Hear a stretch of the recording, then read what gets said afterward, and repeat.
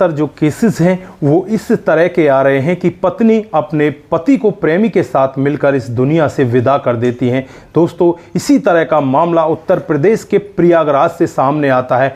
यहाँ पर भी एक पत्नी अपने प्रेमी के साथ लगातार 5 सालों से उसके प्रेम प्रसंग में होती है, लेकिन इस सब के बारे में किसी को कानो कान खबर नहीं लगती। और जब खबर लगती है तो होता है यहाँ पर इतना बड़ा कांड कि उस पति को बड़ी ही बेरहमी के साथ यहाँ से विदा कर दिया जाता है। दोस्तों, उसके बाद जो पत्नी होती है और जो प्रेमी होता है, दोनों को पकड़ लिया जाता है। लेकिन यहाँ पर जो प्रेमी होते हैं वो एक दूसरे के साथ मिलना चाहते हैं। वो चाहते हैं कि हम एक बार एक दूसरे के साथ बातचीत करें, लेकिन जेलर इस सब की उन्हें अनुमति नहीं देता। उसके बाद जो होता है, क्या कुछ मामला था, किस वजह से एक पत्नी ने अपने प्रेमी के साथ मिलकर अपने पति को इस जहां से विदा कर दिया था। अगर आप लोग भी पूरे मामले को डिटेल से जानना चाहते हैं तो वीडियो को जरा सा भी स्किप ना करें, लास्ट तक वीडियो को जरूर देखिएगा। आगे बढ़ने से पहले हमारी वही रिक्वेस्ट कि जो हमारे चैनल के साथ नए हैं कृपया करके चैनल को फॉलो कर ले, बेल आइकन को जरूर प्रेस करें। नमस्कार,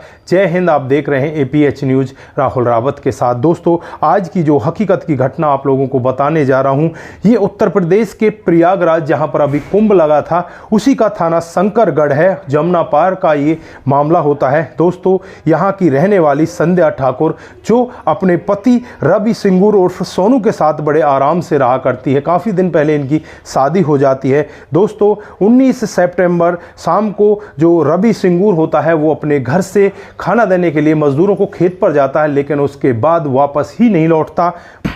दोस्तों, उसके बाद जो यहाँ पर इस रवि का भाई होता है 21 सितंबर को नज़दीक की थाने में जाता है और वहाँ जाकर गुमशुदगी की रिपोर्ट भी दर्ज करवा देता है। लेकिन जैसे ही 22 तारीख आती है, 22 सितंबर को जो ग्रामीण होते हैं अपने खेतों पर जाते हैं तो एक कुएं में एक डेड बॉडी तैरती हुई मिल रही है। डेड बॉडी होती है वो एक नीली साड़ी से बंधी हुई है, उसके ऊपर पत्थर भी बांध रखा था, लेकिन डेड बॉडी यहाँ पर फूलने के कारण वो ऊपर आ जाती है। आनन फानन में ही यहाँ पर शंकरगढ़ की पुलिस को बुलाया जाता है। पुलिस मौके पर पहुंच जाती है और जब इस डेड बॉडी की शनाख्त की जाती है तो पता चलता है ये व्यक्ति कोई और नहीं, गांव का ही रहने वाला रवि सिंगूर है।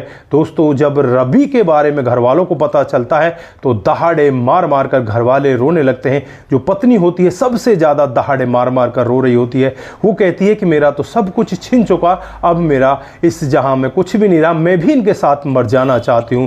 दोस्तों, लोग बाग भी जब पहली बार ऐसा दृश्य देखते हैं तो उन्हें भी लगता है कि शायद पत्नी को सबसे ज्यादा दुख है।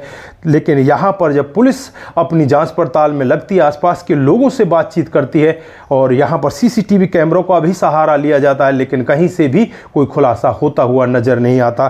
दोस्तों, फिर यहां पर जो पत्नी संध्या ठाकुर होती है उसके मोबाइल की CDR रिपोर्ट निकाली जाती है। तो जो घटना वाला दिन होता है उसी दिन संध्या जो यहाँ पर कई बार एक लड़के के साथ बातचीत करती है और जब उस लड़के के बारे में पता किया जाता है तो गांव का ही रहने वाला प्रेमी विकास चौधरी होता है, जिसके पिता का नाम नचकऊ होता है। दोस्तों, फिलहाल यहाँ पर पुलिस अपनी अब जांच पड़ताल में लग जाती है और भी ज़्यादा यहाँ पर गहनता से जांच पड़ताल करती है कि जब मामला हुआ था उस समय कितने मोबाइल वहाँ पर एक्टिव थे। तो यहाँ पर जो विकास चौधरी है उसका मोबाइल एक्टिव था और यहाँ पर इस प्रेमी का संध्या ठाकुर का मोबाइल एक्टिव था।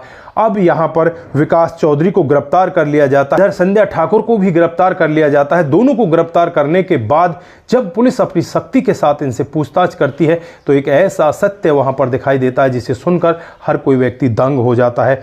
दोस्तों, यहां पर मामला कुछ इस तरह से होता है कि यहां पर जो संध्या ठाकुर है वो अब यहां पर प्रेमी विकास के साथ पिछले 5 सालों से इस तरह के संबंधों में होती है। किसी को कानो कान खबर नहीं होती। जब वहां की लेडीजों से भी बातचीत की जाती है तो वो तो यही कह रही थी कि संध्या ठाकुर तो ऐसी है ही नहीं, ये तो बहुत सीधे स्वभाव की थी, इसके स्वभाव से लगता ही नहीं था कि ये ऐसा काम भी कर देगी। लेकिन यहाँ पर कुछ अलग ही चल रहा था और 1 महीने पहले ही जो यहाँ पर पति रवि सिंगूर होता है उसे इस सब के बारे में भनक लग जाती है और रवि सिंगूर यहाँ पर अपनी पत्नी संध्या ठाकुर के साथ मार पिटाई करने लगता है, उसे धमकाने डराने लगता है, उससे कहने लगता है कि जो तुमने कदम उठा रखे हैं वो बहुत ही गलत है, इनको यहीं पर रोक दो, नहीं तो हमारे जीवन में आगे बहुत गलत हो जाएगा, मैं तुम्हें इस जहां से विदा कर दूंगा। वो झूठी धमकी दे रहा था। सीधा साधा रवि सिंगूर, जिसको कोई ज्यादा बातों से मतलब नहीं होता, अपनी खेती क्यारी से काम काज रखा करता था। लेकिन यहां पर पत्नी संध्या ठाकुर को ये बात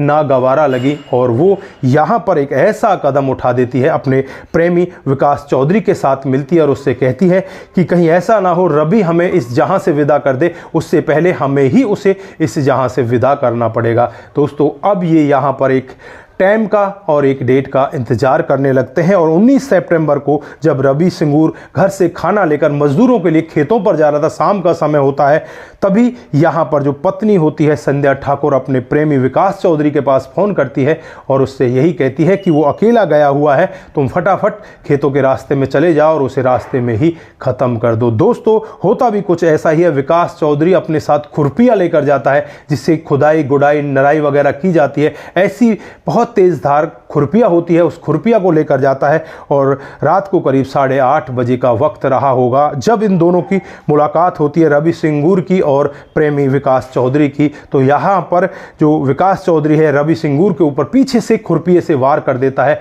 जैसे ही ताबड़तोड़ उसके ऊपर वार होते हैं वो वहीं पर खूनम खान होकर ज़मीन पर गिर जाता है और जब वो ज़मीन पर गिर जाता है तो उसकी छाती पर बैठकर ये विकास चौधरी यहाँ पर खुरपिया से लगातार वार करता है। अब इसे लगने लगता है कि शायद ये मर चुका है, तो इसका प्लान बी स्टार्ट होता है। प्लान बी के तहत ये अपने घर जाता है। घर जाने के बाद नीले रंग की एक साड़ी लेता है, उस साड़ी में यहाँ पर रवि सिंगूर की डेड बॉडी को लपेटता है, लपेटकर उसे कुएं के अंदर डालता है और उसमें पत्थर भी बांध देता है जिससे कि ये डेड बॉडी ऊपर नहीं आए। दोस्तों फिर यहाँ पर जो घर वाले हैं वो रवि सिंगूर को ढूंढने में लग जाते हैं। जो यहाँ पर रवि सिंगूर का भाई होता है वो 21 सितंबर को नज़दीकी थाने में जाकर गुमशुदगी की रिपोर्ट भी दर्ज करता आता है, क्योंकि 1-2 दिन तो वो यहाँ पर इसे ऐसे ही ढूंढने में लग रहे थे, लेकिन पुलिस यहाँ पर ज़्यादा कुछ नहीं कर पाती। और 22 सितंबर जैसे ही आता है, जो गांव के किसान होते हैं वो खेतों पर जाते हैं और उनके खेतों में कुएं में जब डेड बॉडी मिलती है तो पूरे मामले का खुलासा हो जाता है। दोस्तों फिलहाल यहाँ पर विकास चौधरी और संध्या ठाकुर की तहरीर पर ही उन दोनों के खिलाफ मामला दर्ज कर लिया गया है और उन दोनों को ही जेल के अंदर बंद कर दिया गया। लेकिन यहाँ पर संध्या ठाकुर जेलर से यही कह रही थी कि मुझे एक बार अपने प्रेमी से जरूर मिलना है, मुझे मिला दीजिए, मुझे पता नहीं कब जाकर उससे दोबारा मुलाकात होगी। अब भी यहाँ पर उसका प्रेम उसके लिए जाग रहा था। फिलहाल यहाँ पर दोनों अलग अलग जेलों में हैं और यहाँ पर जो जेलर है उसने साफ मना कर दिया है कि दो ऐसे अपराधियों को एक साथ कभी भी मिलने नहीं दिया जाएगा, तुम दोनों को अलग ही रखा जाएगा और तुम अब सदा सदा के लिए जेल के अंदर ही रहोगी, शायद ही तुम यहाँ से बाहर निकल पाओ। दोस्तों इस तरह का मामला हो जाता है, चारों तरफ यहाँ पर हाहाकार मच जाता है। जो घरवाले होते हैं उनका रो रो कर बुरा हाल होता है। घरवाले भी यही कह रहे थे कि हम तो कभी सोच भी नहीं सकते थे कि हमारी बहू ऐसा काम भी कर सकती। देखने में वो बहुत सीधी भोली भाली, लेकिन उसके अंदर क्या छुपा हुआ था वो किसी को खबर ही नहीं होती। दोस्तों रवि सिंगूर के बारे में बातचीत करें तो वो सीधा साधा किसान होता है, वो बस आराम से अपनी खेती बाड़ी पर ध्यान दिया करता, उसे किसी बातों से कोई ज़्यादा मतलब नहीं होता। लेकिन यहाँ पर पत्नी इतनी तेज तर्रार निकल जाती है अपने प्रेमी के साथ, अपने पति को इस जहां से बड़ी ही बेरहमी के साथ विदा करा देती है। तो दोस्तों ऐसी ऐसी घटनाएं भी हमारे समाज के अंदर हो रही हैं। आप यहाँ पर क्या कहना चाहते हैं? क्या इन दोनों को फांसी होनी चाहिए या कोई और बड़ी सज़ा में आप लोग इनको देखना चाहते हैं? आपकी जो भी राय है तो एक बार कमेंट बॉक्स में ज़रूर दीजिएगा। दोस्तों आज के लिए बस इतना ही, फिर मिलते हैं किसी नई मोड़ के साथ। तब तक के लिए आप अपना ख्याल रखें, परिवार का ख्याल रखें। दोस्तों जिन साथियों ने हमारे पिछले वीडियोज़ पर कमेंट किए थे उनका नाम हम यहाँ पर बारी बारी से लेने वाले हैं। जो सबसे पहला कमेंट आता है वो रघु रावत का आता है। वो लिखते हैं कि आपकी जो कहानियां हैं वो हमें बहुत ज़्यादा पसंद आती हैं, आप हर दिन इन कहानियों को हमारे साझा किया करो। आपका बहुत बहुत धन्यवाद, इसी तरह से आप लोग हमारे साथ बने रहें। दोस्तों अगला जो कमेंट आता है सूरज DEO का आता है। वो लिखते हैं राम राम भाई जी, आपकी कहानी वेरी गुड होती हैं, आप हमेशा ही बहुत अच्छी कहानी लेकर आते हैं। I am Suraj from Fiji, God bless you. आपका बहुत बहुत धन्यवाद। दोस्तों राकेश मौर्या जी, राम राम जी राकेश जी। दोस्तों उसके बाद जो कमेंट आता है वो कमेंट आता है शंकर स्वामी का, बहुत अच्छी कहानी लगती है यार, आपकी बहुत बहुत धन्यवाद आपका। प्रेमचंद शर्मा जी लिखते हैं अति सुंदर भाई साहब, आपकी कहानी हमें बहुत ही प्यारी लगती हैं और आप इसी तरह से आगे बढ़ते रहिए। आपका भी दिल की गहराई से बहुत बहुत धन्यवाद। रमेश भार्गव जी, बेस्ट विशेज फॉर यू, आपके लिए बहुत बहुत धन्यवाद दिल की गहराई से। अंकित राजपूत जी हमें लिखते हैं जो अलीगढ़ से हैं, थैंक यू भाई, खुश रहो, आपका भी दिल की गहराई से बहुत बहुत धन्यवाद। कुमार केसी जी, जय श्री राम कुमार जी। हरेंद्र प्रताप सिंह राजपूत जी लिखते हैं वेरी नाइस, जय हिंद जय भारत, आपका भी दिल की गहराई से बहुत बहुत धन्यवाद। शंकर स्वामी जी हमें लिखते हैं आपकी कहानी बहुत अच्छी होती है, आपका भी दिल की गहराई से बहुत बहुत धन्यवाद। आप सभी लोग इसी तरह से हमारे साथ बने रहें। मोनू जैन जी हमें लिखते हैं आपकी कहानी बहुत ही अच्छी होती है। मोनू जी, आपका भी दिल की गहराइयों से बहुत बहुत धन्यवाद। इसी तरह से आप सभी लोग हमारे साथ बने रहें, इसी तरह से आप लोग हमें कमेंट करते रहें। दोस्तों, माला सोनी जी लोधी हमें लिखते हैं जय श्री राम, आपका भी दिल की गहराई से बहुत बहुत धन्यवाद। जो सलीम खान जी हैं वो भी हमें लिखते हैं कि आपकी कहानी बहुत ही अच्छी होती है। सलीम मोहम्मद राजस्थान पाली से हमें फॉलो करते हैं। सलीम जी, आपका भी दिल की गहराई से बहुत बहुत धन्यवाद। दिनेश जाखड़ जी हमें वेरी नाइस वेरी गुड लिखते हैं।